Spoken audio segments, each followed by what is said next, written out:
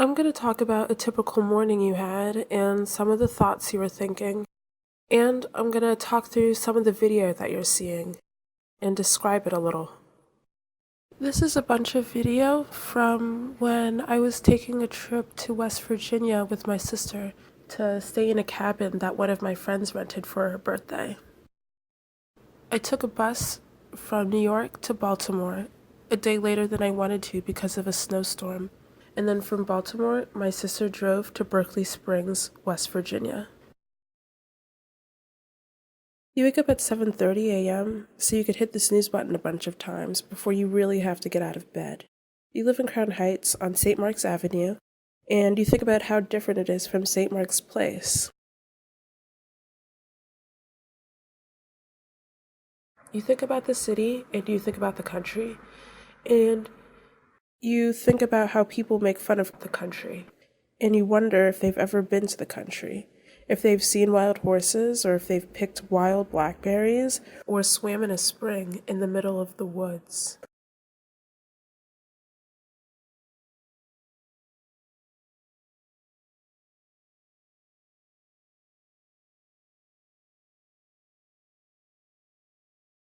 When I got to Baltimore, we went to Eddie's Liquor.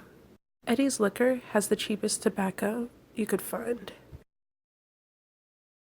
You wash your face and you brush your teeth. You wear contacts and you put them in. You have adult acne like your mom, so you put some creams on your face and you hope for the best. You live on the top floor of a 4-floor brownstone. You live with 12 people. One of the roommates that's been there since you've moved in is about to move out. You think about how quickly things change, and you're happy for him. You go downstairs, you say good morning to the people that are up, and you get the salad that you made last night, and you tell everybody to have a good day when you leave. You're in a rush, and you don't eat breakfast. You get a call from your best friend as you walk to the bus stop. He ended up not having to work today and is in bed. You're happy he gets to rest. He usually ends up having to work about 8 days straight before he gets a day off.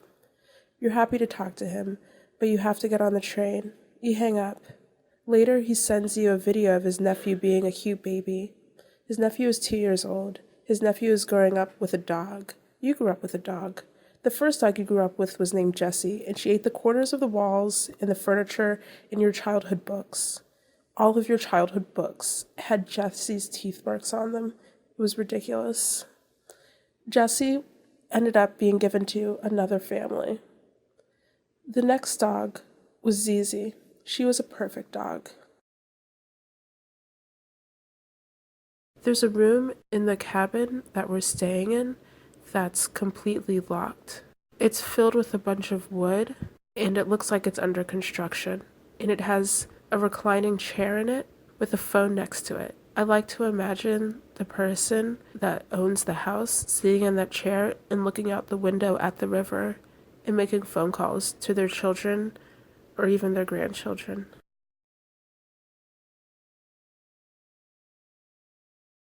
You get off the train. You saw an old friend at the stop once, and you hope that maybe you'll see him again. You don't. You walk to the bagel place near the station and you get a coffee. You usually don't actually get a bagel, but when you do, you get a cinnamon sugar bagel with strawberry cream cheese. The lady that rings you up calls you sweetie. You walk to school. It's really beautiful out, but the water's too cold to go swimming. I go outside and I walk down the steep path to the water, and I look down the river and I see mountains. I'm not used to seeing mountains because I'm from Florida. Being from Florida feels more significant now that I'm so far away.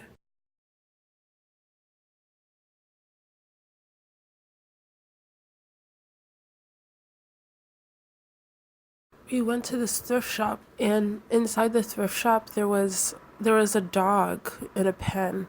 The dog was for sale and it was probably being taken care of, but it was a strange thing to see inside of a thrift shop.